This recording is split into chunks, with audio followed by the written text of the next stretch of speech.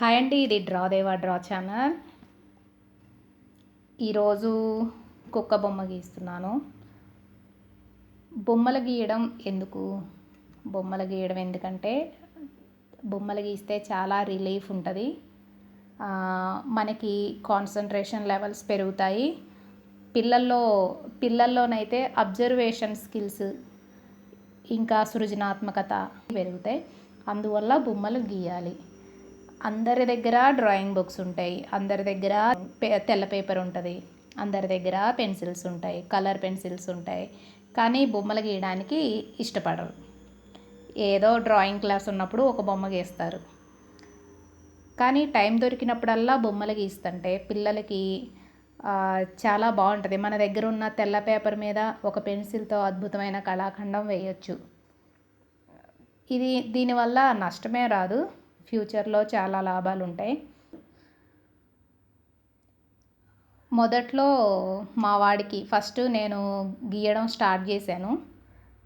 అది ఎలా స్టార్ట్ చేశానంటే, మా వాడికి స్టోరీ కాంపిటీషన్స్ అవి పెట్టేవాళ్ళు. అవి పెట్టేటప్పుడు నేను చిన్న చిన్న బొమ్మలు గీసి వాడి చేతికిచ్చి పంపించి అవి చూపిస్తూ స్టోరీ నేరేషన్ చెప్పు నాన్న అంటే చెప్పేవాడు. ఫస్ట్ ప్రైజెస్ అలా వచ్చేవి.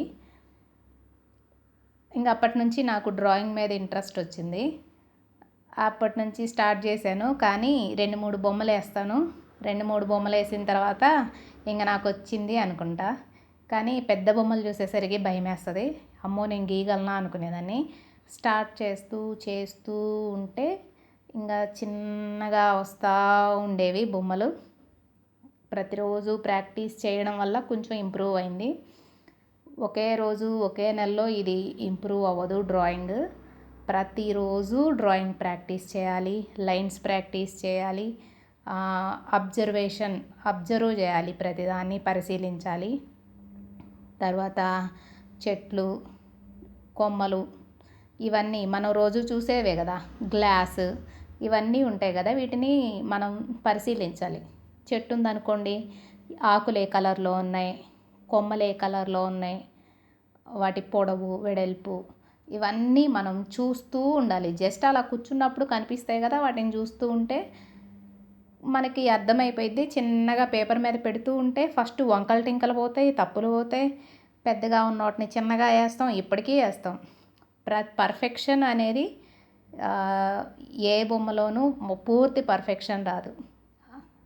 మనం ప్రాక్టీస్ చేస్తూ ఉంటే మనం బాగా గీయగలం బొమ్మలు. దీనివల్ల ఏంటంటే మైండ్ రిలీఫ్గా ఉంటుంది.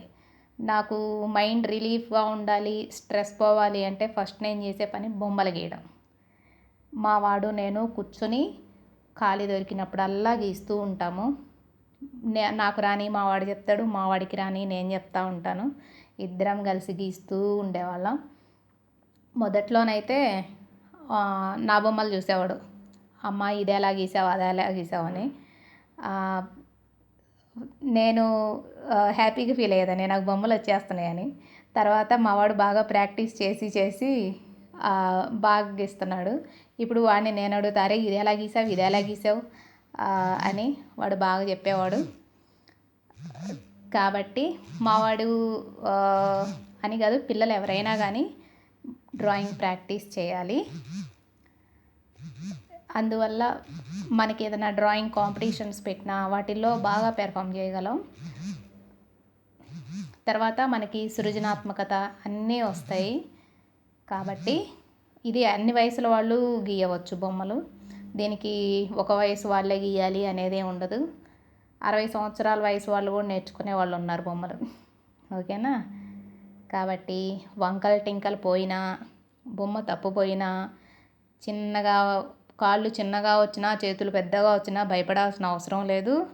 మొదట్లో చిన్న బొమ్మలు, చెట్లు, పళ్ళు, షేప్స్, మౌంటైన్స్ ఇట్లాంటివి గీస్తూ ఉండండి. లైన్స్ ప్రాక్టీస్ చేయండి. లైన్స్ ఎలా ప్రాక్టీస్ చేయాలో కూడా నేను తర్వాత చెప్తాను. అలా ప్రాక్టీస్ చేస్తూ హ్యాపీగా మీ డ్రాయింగ్ స్కిల్స్ని ఇంప్రూవ్ చేసుకోండి. ఓకేనా? తప్పులు పోయినా ఏం పర్వాలేదు. అందరికీ తప్పులు పోతాయి. ఇప్పుడు కూడా నేను తప్పులు గీస్తూ రబ్బర్ పెట్టి తుడుస్తూ ఉంటాను. ఓకేనా? కాబట్టి అందరూ తప్పులు గీస్తారు, రబ్బర్లో పెట్టి తుడుపుతారు. కాబట్టి భయపడాల్సిన పని లేదు. 1కి 10 సార్లు అట్లా ప్రాక్టీస్ చేసుకోండి. డ్రాయింగ్ బాగా గీయండి. అందరి చేత గుడ్ అనిపించుకోండి డ్రాయింగ్లో. ఓకేనా? Thank you. మీకు ఈ వీడియో నచ్చితే లైక్ చేయండి, షేర్ చేయండి, కామెంట్ చేయండి, సబ్స్క్రైబ్ చేసుకోండి.